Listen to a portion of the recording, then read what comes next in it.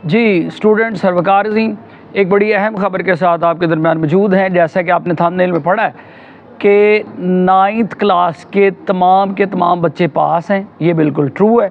अब इस बात को हक़ाइक़ के साथ मैं प्रूव करूँगा।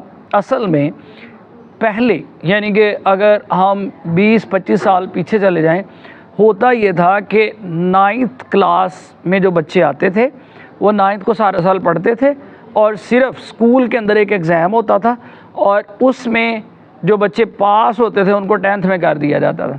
लेकिन उन्होंने 10th में जाके 9th वाली बुक्स को भी पढ़ना होता था और 2 साल पढ़ने के बाद एक एनुअल एग्ज़ाम बोर्ड लेता था जैसे आजकल होता है, और उन 2 सालों में जो कुछ पढ़ा हुआ होता था वो पेपर में आता था।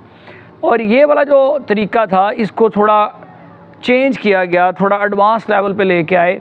तो मैट्रिक को 2 हिस्सों में तकसीम कर दिया गया, एक 9th और एक 10th, और इस तरह इनके एग्ज़ाम को भी 9th एनुअल और 10th एनुअल का नाम दे दिया गया इनके एग्ज़ाम्स को भी। अब असल में होता ये है कि 9th का जो बोर्ड का एग्ज़ाम है इसमें बच्चे को मौका दिया जाता है कि उसको पता चल जाए कि उसने पूरा साल क्या पढ़ा क्या नहीं पढ़ा। और होता ये है कि जैसे रिज़ल्ट आ रहा है 2 तारीख को, उसमें बहुत से बच्चों की सप्लियाँ आ जाती हैं। असल में वो मौका दिया जा रहा है कि देखें आपने टाइम ज़ाया किया और उसका खमियाजा आपको बुरे रिज़ल्ट में भुगतना पड़ा है। अब ये तरीक़ाकार बेस्ट है। और बाज़ दफ़ा क्या होता है कि जब 9th में रिज़ल्ट ठीक नहीं आता, 1-2 सप्ली आ जाती है, तो पेरेंट्स जो हैं, क्योंकि पेरेंट्स जो हैं वो रेस में दौड़ रहे हैं और बच्चों को भी उन्होंने जानवर बनाया हुआ है कि आपने बस दौड़ना है और जीतना है और नंबर गेम में उनको डाला हुआ है, और जो कि बिल्कुल यानी कि ह्यूमन बिहेवियर के अगेंस्ट है और गलत है, हम ये कह सकते हैं। अब असल में 9th में सप्ली आ गई है तो इसका 40 दिन के बाद एग्ज़ाम नहीं होना, ठीक है, इसका सप्ली का एग्ज़ाम नहीं होता। मैंने आपको बताया कि पहले तो ऐसे होता था कि 9th और 10th की सारी बुक्स का पेपर इकट्ठा होता, लेकिन 9th में जो बच्चों ने कारकर्दगी दिखाई वो 2 सितंबर के रिज़ल्ट में सामने आ जाएगी।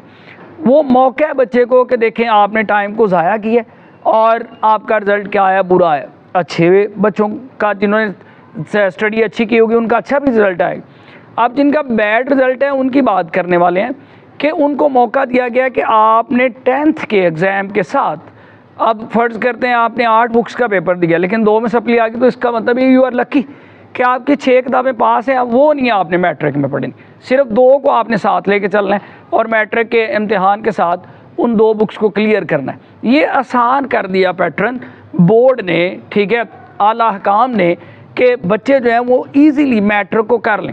लेकिन पेरेंट्स ने और मुख्तलिफ जो कंपटीशन की दौड़ में दौड़ने वाले लोग हैं उन्होंने इस बात को गलत समझा हुआ है और वो 9th में बच्चे की 2-3 सप्लियाँ आती हैं उसको छुड़वा देते हैं पढ़ाई। भाई तेरे बस की बात नहीं, उसको मौका दें, भाई उसको आगे आने दें, भाई उसको आगे आने दें। मैट्रिक में उसके पास चांस है, ठीक है। जिस दिन से 9th के पेपर में रिज़ल्ट तो नहीं आया था, लेकिन आप लोग मैट्रिक में बैठे हुए हैं, 9th वाले बच्चे पढ़ रहे हैं, तो फिर जब रिज़ल्ट आया तो आप क्यों उनको हटा रहे हैं? अगर 1-2 सप्ली आई है तो बच्चे को मौका दें कि वो 10वीं के साथ क्लियर कर दे। और 99% हमने ऐसे देखा है, बड़ी देर से हम भी पढ़ा रहे हैं और आप लोग भी अपने इर्द गिर्द नज़र दौड़ा के देख लें कि 99% ऐसा होता है कि बच्चे 5-5 सप्लियों वाले भी, ये रिसेंट रिज़ल्ट आया अभी 6 अगस्त को, 5-5 4-4 सप्लियों वाले बच्चे भी क्लियर हो गए, ठीक है। उनके पेरेंट्स ने उनको नहीं हटाया कि भाई पढ़ाई छोड़ के आप काम पे चले जाएं, ऐसा है वैसा है, ठीक है।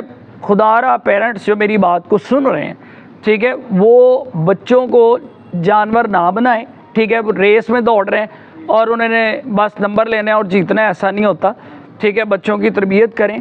और आपको डर लगता है कि आपके बच्चे के कम नंबर आ जाएंगे तो उसका फ्यूचर सिक्योर नहीं है, वो पता नहीं क्या करेगा, तो आप अपने इर्द गिर्द नज़र दौड़ा के देख लें। बहुत से ऐसे लोग हैं जिन्होंने कम नंबर लिए और वो कामयाब ज़िंदगी बसर कर रहे हैं, ठीक है। रिज़्क जो है, ठीक है, वो रब तआला की ज़ात ने देना है, वो किसी के अख्तियार में नहीं।